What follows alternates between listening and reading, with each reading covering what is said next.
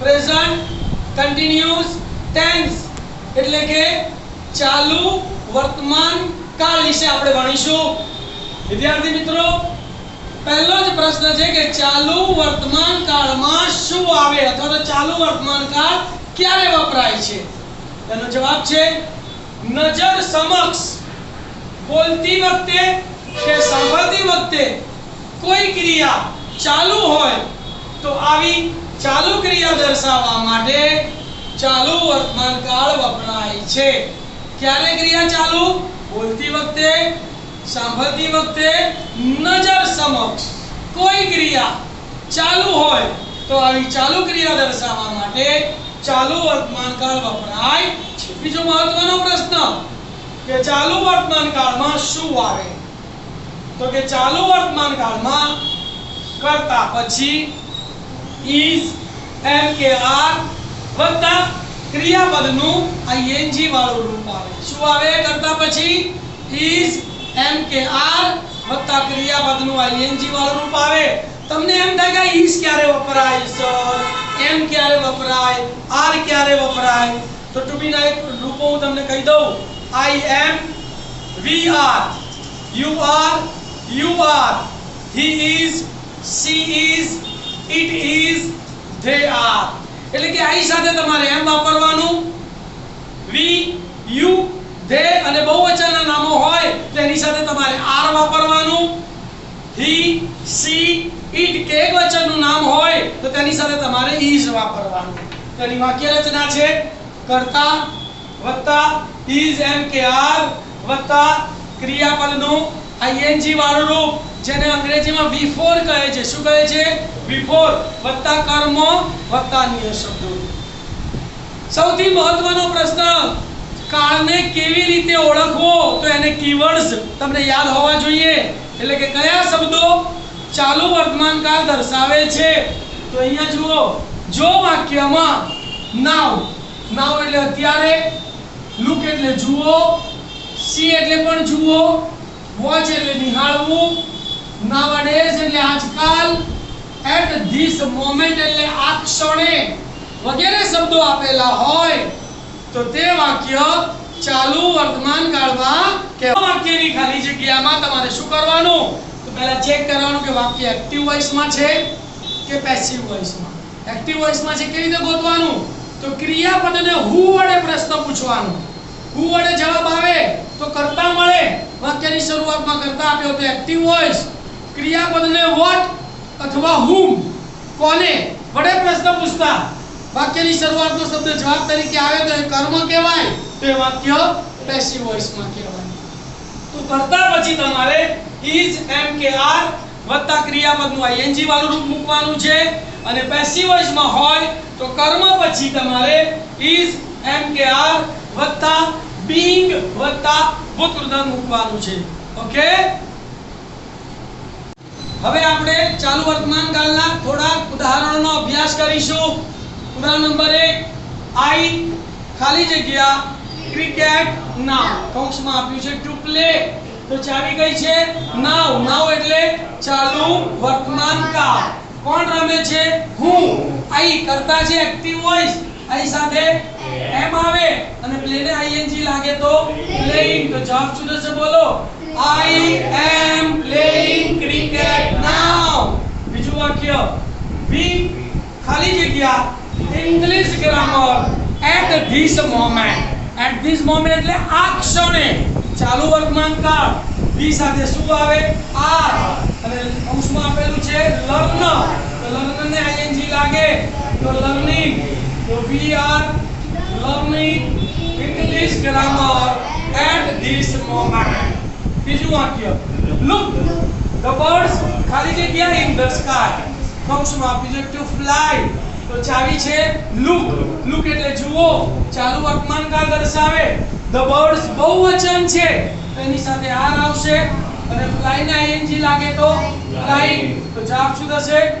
look the birds are flying in the sky।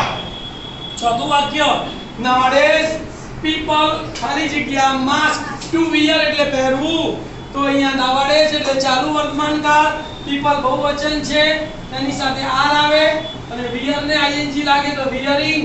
તો જવાબ શું થશે બોલો? nowadays people are wearing mask. આજકાલ લોકો માસ્ક પહેરી રહ્યા છે. છેલ્લું ઉદાહરણ, he ખાલી જગ્યા an ice cream now. કૌંસમાં આપજો to eat એટલે ખાવું. તો કઈ ચાવી છે? now એટલે ચાલુ વર્તમાન કાળ અને he સાથે શું આવે? is અને eat ને ing લગાડીએ તો eating. તો જવાબ શું થશે? he is eating an ice cream now. Understood? હવે આપણે વાક્યને નકાર બનાવતા શીખીએ. મેક નેગેટિવ, નકાર બનાવો. તો શું કરવાનું તમારે કે વાક્યમાં આપેલા is am કે are પછી નોટ મૂકી દેવાનું એટલે તમારું વાક્ય નકાર થઈ જાય. મેક ઇન્ટરોગેટિવ એટલે કે પ્રશ્નાર્થ બનાવો. તો પ્રશ્નાર્થ બનાવવા માટે શું કરવાનું? બહુ સહેલું. is am અને are ને વાક્યની શરૂઆતમાં મૂકવું અને છેલ્લે પ્રશ્નાર્થ ચિહ્ન મૂકવું. પ્રશ્નાર્થ ચિહ્ન ના મૂકીએ ને તો ખાલી અડધો માર્ક કપાઈ જાય. તથા I નું you અને you નું I કરવું, my નું your નું my કરવું, me નું you નું me કરવું. Short affirmative answer. હકારમાં ટૂંકમાં જવાબ. તો યસ પછી અલ્પવિરામ વત્તા સર્વનામ વત્તા is am કે are. Short negative answer. નકારમાં ટૂંકમાં જવાબ. નો અલ્પવિરામ વત્તા સર્વનામ વત્તા isn't કે aren't. અહીં આપણે amn't વાપરતા નથી. ઉદાહરણ જોઈએ. રેવા ખાલી જગ્યા and essay now કૌંસમાં લખ્યું છે to write.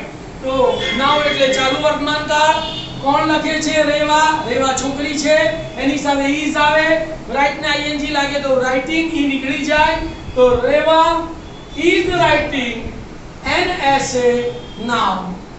નકાર બનાવીએ તો is પછી નોટ મૂકી દેવાનું. તો રેવા is not writing an essay now. પ્રશ્નાર્થ બનાવવું છે. is આગળ. is Rewa writing an essay now? નકારમાં ટૂંકમાં જવાબ. yes she is. નકારમાં ટૂંકમાં જવાબ. no she isn't. okay લખી કાઢો. હવે આપણે WH ક્વેશ્ચન વિશે અભ્યાસ કરીશું. તો હું વડે પ્રશ્ન બનાવવો હોય તો બહુ સરળ. મેં તમને રીત શીખવાડી કે વાક્યની શરૂઆતમાં કર્તાને બદલે who પછી is પછી જવાબ સિવાયનો લાઇનસર અને છેલ્લે પ્રશ્નાર્થ ચિહ્ન મૂકવું. what એટલે શું? when એટલે ક્યારે? where એટલે ક્યાં? why એટલે શા માટે? whom એટલે કોને? અને how એટલે કેવી રીતે? આ છ છે WH શબ્દ વડે જો પ્રશ્ન બનાવવો હોય તો એના પછી તરત શું આવે? is am કે are અને પછી જવાબ સિવાયનું લાઇનસર અને છેલ્લે પ્રશ્નાર્થ ચિહ્ન. ત્રીજી આપણી મેથડ હતી whose એટલે કોનું, કોના, કોની, કોનો. માલિકી દર્શાવે છે. how many એટલે કેટલા, સંખ્યા દર્શાવે છે. how much એટલે કેટલા, જથ્થો દર્શાવે છે. તો એના પછી તરત જ નામ આવે. is am are ના આવે. શું આવે? નામ. અને પછી is am are અને પછી જવાબ સિવાયનો લાઇનસર અને છેલ્લે પ્રશ્નાર્થ ચિહ્ન. ઉપરાંત દરેકમાં I નું you નું I, me નું you નું me, my નું your નું my કરું. એક ઉદાહરણનો અભ્યાસ કરીએ આપણે. જુઓ. Lata is singing a nice song on Mirchi now. કૌંસમાં આપણે to sing. તો now એટલે ચાલુ વર્તમાન કાળ. કોણ ગાય છે? લતા. તો લતા સાથે is આવે અને sing ના ing એટલે sing. હવે તમને અહીંયા લતા નીચે લીટી દોરી છે કે ભાઈ લતા જવાબ આવે એ રીતે પ્રશ્ન બનાવો. તો લતા એટલે કોણ ગાય છે? તો who વડે પ્રશ્ન બનશે. લતાની જગ્યાએ હું લખી નાખવાનું. તો શું થશે? who is singing a nice song on Mirchi પ્રશ્નાર્થ. પછી આ નાઇસ સોંગ નીચે લીટી દોરી છે. તો આ નાઇસ સોંગ નીચે લીટી દોરી છે. તમને ચાલુ વર્તમાન કાળનો આ વિડિયો જો ગમ્યો હોય તો તેને લાઈક અને શેર કરજો અને મારી આ યુટ્યુબ ચેનલને સબસ્ક્રાઈબ કરજો. Thank you.